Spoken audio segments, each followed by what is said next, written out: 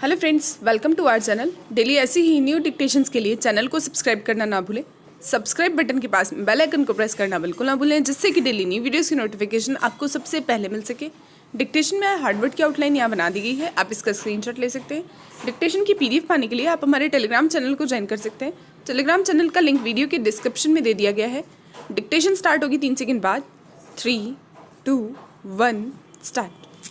आज भारत विश्व में अपनी नई पहचान के साथ आगे बढ़ रहा है।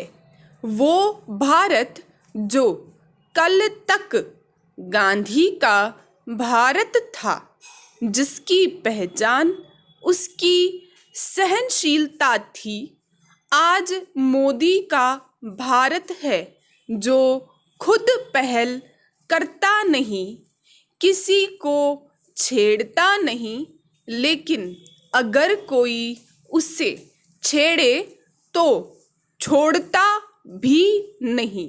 गांधी के भारत से शायद ही किसी ने सर्जिकल स्ट्राइक और एयर स्ट्राइक जैसे प्रत्युत्तर की अपेक्षा की होगी। उसके बाद अब डोकलाम विवाद और फिर गलवान घाटी में चीन को अपने जवाब से भारत ने विश्व में अपनी इस बदली हुई पहचान की मुहर लगा दी है। उससे बड़ी बात यह है, भारत की इस नई पहचान को विश्व बिरादरी सहजता के साथ स्वीकार भी कर चुकी है, जो कि वैश्विक राजनीति में भारत की कूटनीतिक व रणनीतिक विजय की परिचायक है। भारत की यह नई पहचान इसलिए भी विशेष हो जाती है क्योंकि उसे यह पहचान दी है एक ऐसे नेता ने जिसके जीवन की शुरुआत बेहद साधारण रही। एक चाय वाले से एक प्रचारक से एक मुख्यमंत्री और एक मुख्यमंत्री से प्रधानमंत्री बनने तक का उनका यह सफ़र बहुतों के लिए प्रेरणादायक है। खास तौर पर युवाओं के लिए शायद वो भी अपनी इस ताकत को जानते हैं, इसलिए भले ही अपनी वर्तमान योजनाओं के केंद्र में वो गरीबों और वंचितों को रखें, लेकिन उनकी भविष्य की योजनाओं का केंद्र तो देश के युवा ही होते हैं। युवाओं और बच्चों से साल भर वो भिन्न भिन्न माध्यमों से जुड़े रहते हैं, चाहे परीक्षा पे चर्चा हो या चंद्रयान छोड़े जाने के कार्यक्रम में बच्चों की भागीदारी। इन बच्चों में वो देश का भविष्य देखते हैं, तो इन बच्चों को उनमें अपना एक अभिभावक नज़र आता है।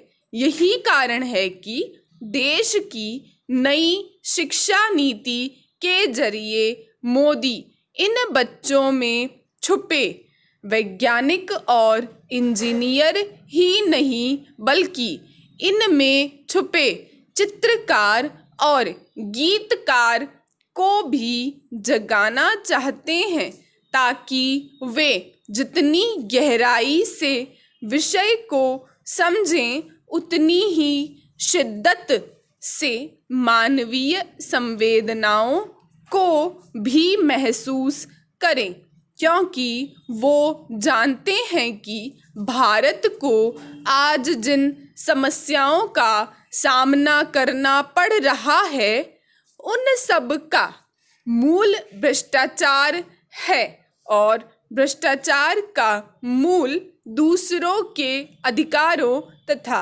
अपने दायित्वों के प्रति संवेदनहीनता है।